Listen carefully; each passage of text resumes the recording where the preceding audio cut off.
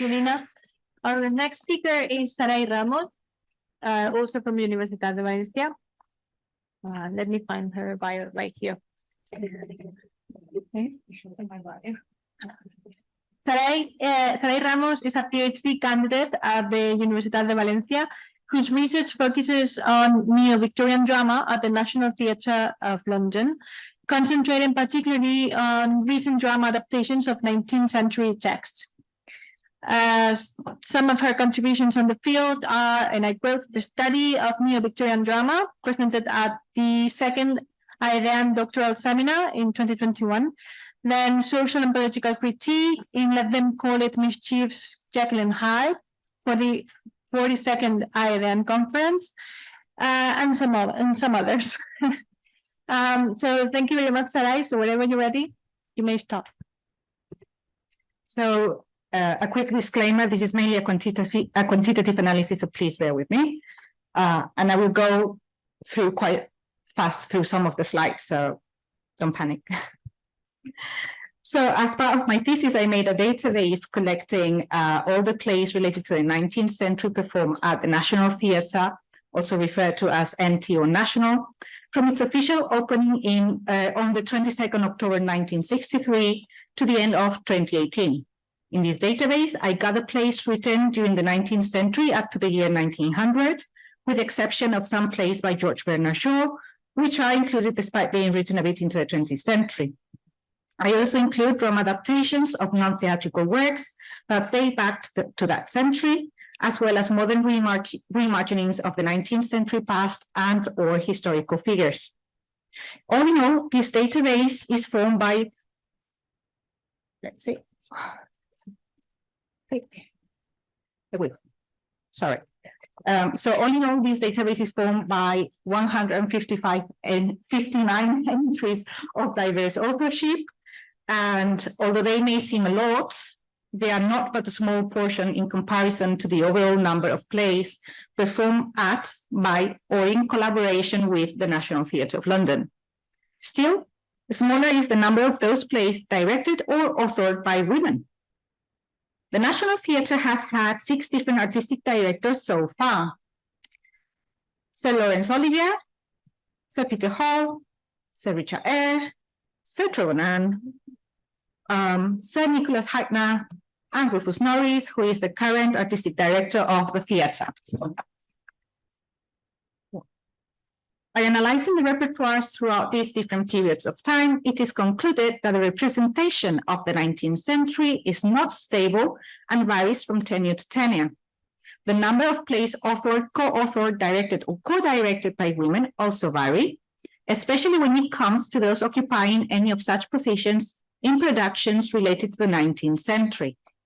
Nonetheless, by studying the plays gathered at the National Theatre's catalogue, it is evident that there has been a marked shift in the general presence of women fulfilling such roles in the National, mainly comparing Olivier's and Hall's tenures to those of their successors.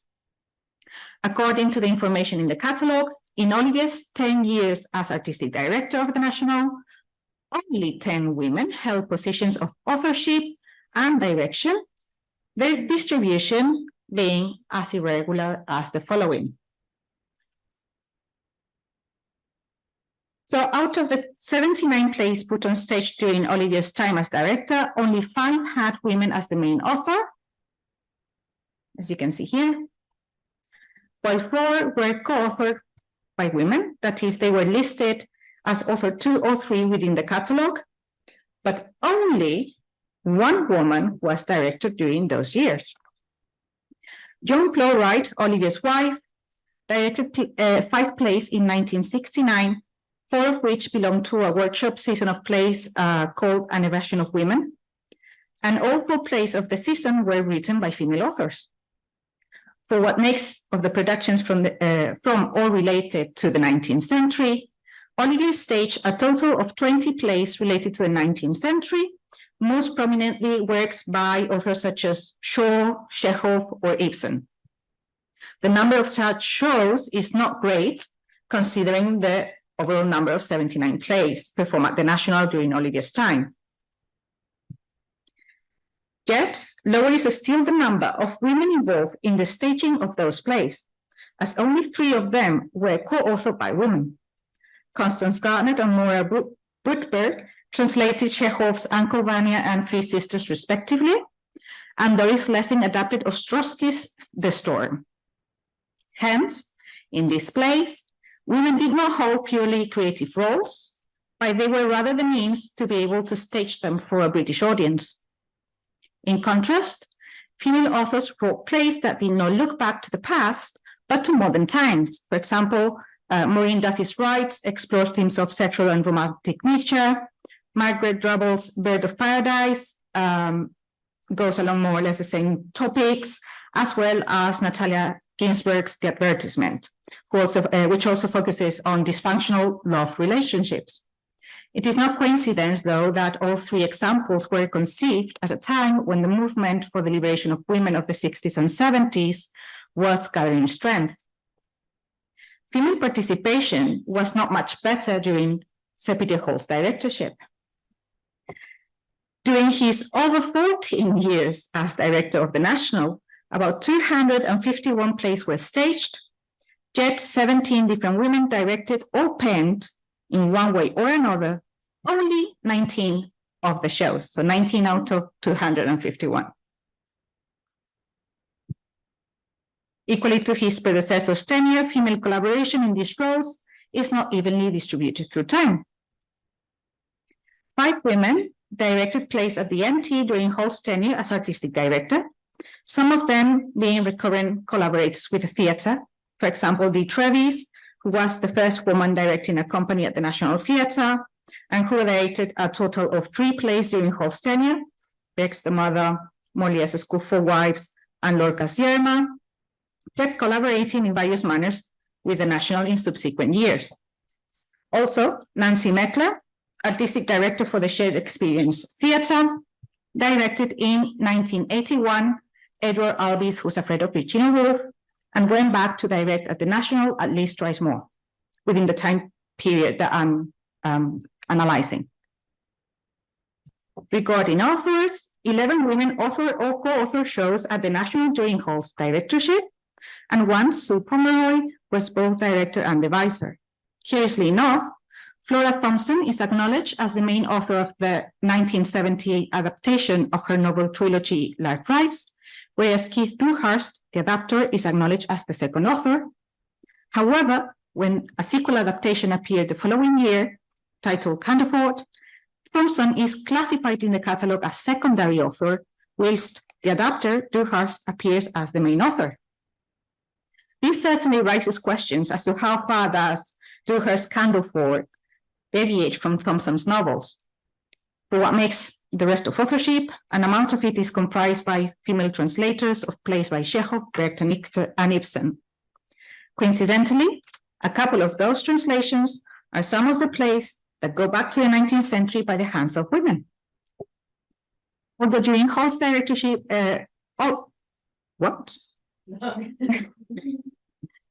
Well, during Hall's directorship, he has staged 47 plays related to the 19th century, but only 6 involved women in the 2 creative roles that interest us here. Please note that the 1976 staging of Ibsen's John Gabriel Borkman is actually a transfer to the South Bank building of the 1975 Old Big production. Also notice that I do not include Chekhov's The Cherry Orchard within the plays related to the 19th century, as it was first performed and published in 1904, which goes above the established time limit. Concerning The Wandering Year, even if the same controversy as that of Candlefoot may apply, that is, to what extent it relates to the original text, Eugene Sue is still acknowledged as author, albeit not the main one, and as such, the relationship with the 19th century is perpetuated. So during Olivier's and Hall's tenure, it's evident, because of the low presence of women, that the National was heavily dominated by men. Proof of this is also that during both tenures, the respective boards of the theatre were presided by men, Lord Chandos and Lord Rainey respectively, as well as largely populated by men as well. However, the situation started notably changing when Sir Richard Eyre took over as artistic director. Although this was unrelated to Eyre's appointment, the National's board had its first female chairperson. Mary Soames, the youngest daughter of Winston Churchill, was appointed as Lord Rainey's replacement. Furthermore, Eyre and David Oaking, appointed as executive director during Hall's tenure, hired Maggie Whitlam as general manager for the upkeep of the building, and later Genista or Jenny McIntosh would replace Oaking as executive director. Notably, changes were also due in directorial positions. Eyre and McIntosh's concerns about the underrepresentation of female directors led to a conscious effort, and I quote Rosenthal here, into increasing their workload. Consequently, the number of women in directorial roles working at the NT increased considerably. Sorry about this. During Richard Eyre's tenure, 19 different women directed or co-directed plays at the National, two of whom even co-authored the shows they directed. This is clearly an astonishing contrast with Olivier's and Hall's tenures. Still, the tendency of the previous directors persists, and only 4 out of the 27 plays directed by women are related or date back to the 19th century.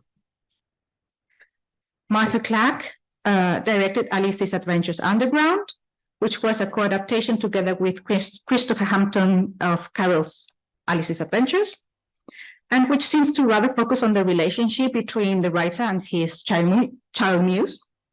Then Anuradha Kapoor, the first female Asian director at the National, directed in 1995 Jatinder Verma's adaptation of Edmond Costant's Cyrano de Bergerac, which, instead of being set in 17th century Paris, moves to 1930s India, when the Parsi theatrical tradition of the country was severely endangered by the ascendancy of the film industry.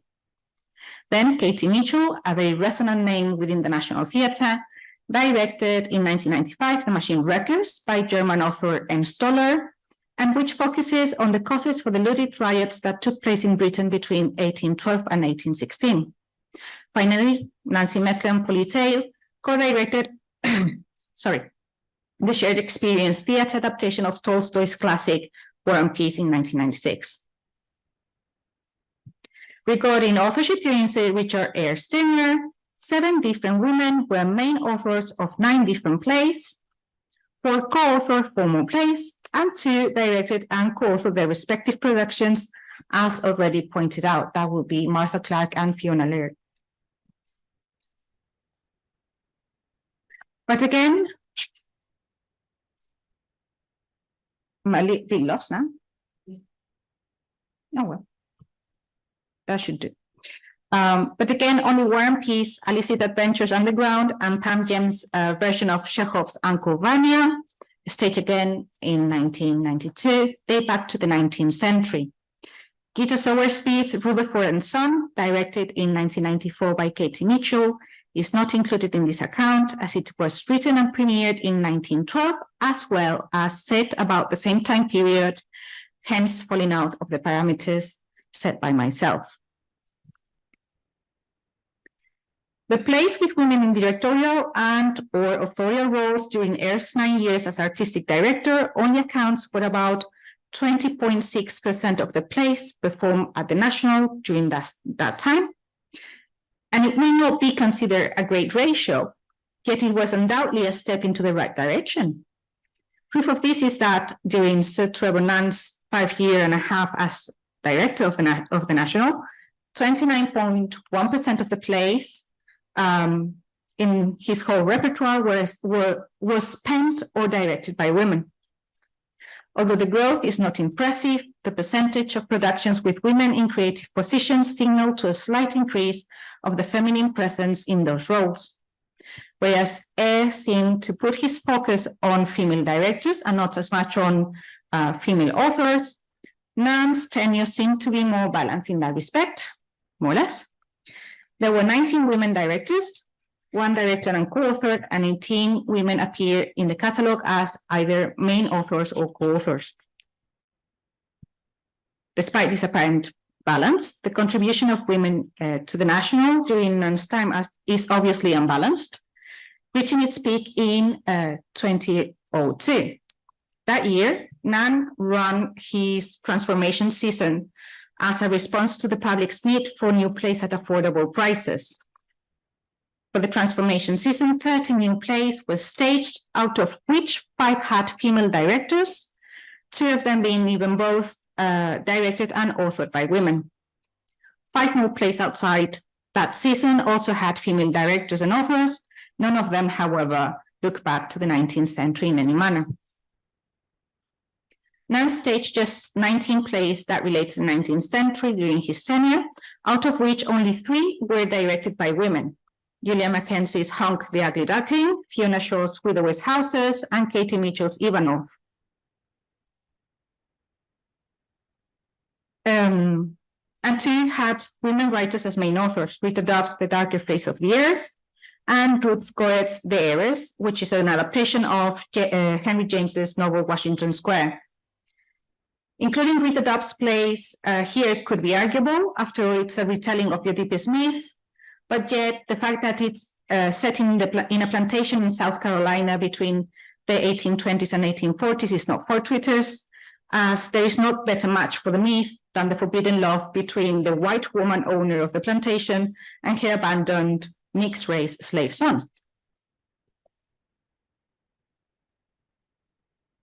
Let's skip this. All right. So during Heine's tenure, real improvement on the feminine presence at the National is finally perceived. The number of plays in which women contribute as directors or authors amounts to about 36.2% of the overall number of plays catalogued under his 12-year tenure.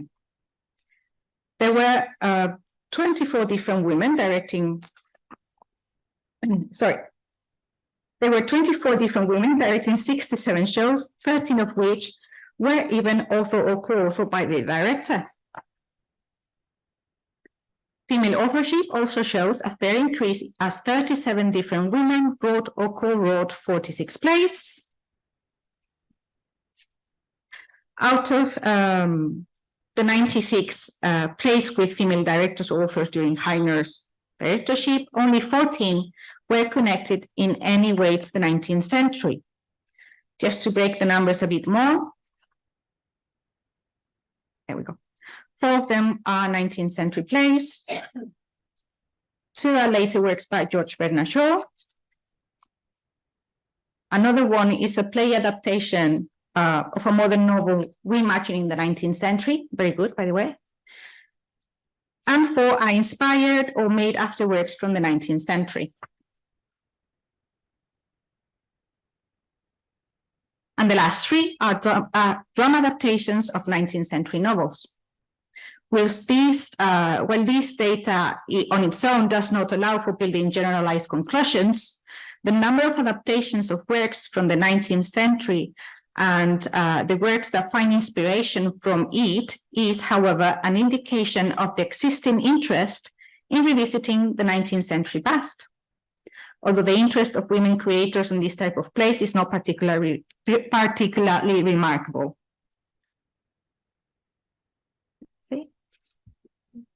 Really a bit ahead of time. I don't know why. But finally, despite it being an ongoing tenure, it can be concluded from the analysis of the first 3 years and 8 months of Rufus Norris as artistic director of the National, that female representation has kept growing. Now, during those first years of his tenure, about 93 plays total were staged, out of which 44% were authored or directed by women. Female co-authoring in itself was not quite abundant during those first years. Yet the number of women catalogued as main authors is substantial, especially considering that there were 17 plays authored by 15 different women in just a bit less than 4 years. The number of women in directorial positions is equally substantial. 21 women directed 31 plays, 7 of which were even authored by their directors. These numbers are proof of the change that the National has been experiencing ever since Richard Eyre's time as director. Furthermore, It is also an example of the spirit of Norris's management policies, who has set his focus on widening the range of representation at the National Theatre. Yet, as it has been the case with the previous artistic directors, women involved in the staging of plays related to the 19th century are not many. And in this case, only 3 of the plays are related to the 19th century, or only these 3. 2 of them being adaptations of 19th century novels, and another one a modern reinterpretation of a late 19th century play. I'm summing up. To sum up, female representation in directorial and authorial roles within the National Theatre has greatly improved and increased since the opening of the institution in 1963, most notably from the early 2000s onwards. Finally, notwithstanding the growth of the female collaboration in creative positions, the involvement in staging plays related to the 19th century has been scarce ever since the beginning. This is a signal of women directors and authors preferring to put their efforts into more modern topics and new pieces of writing. Nevertheless, the participation in the staging of adaptations from 19th century novels, as well as of modernized versions of 19th century plays, may be an indication of women starting to approach the past, maybe in order to talk about the present. Thank you for your patience.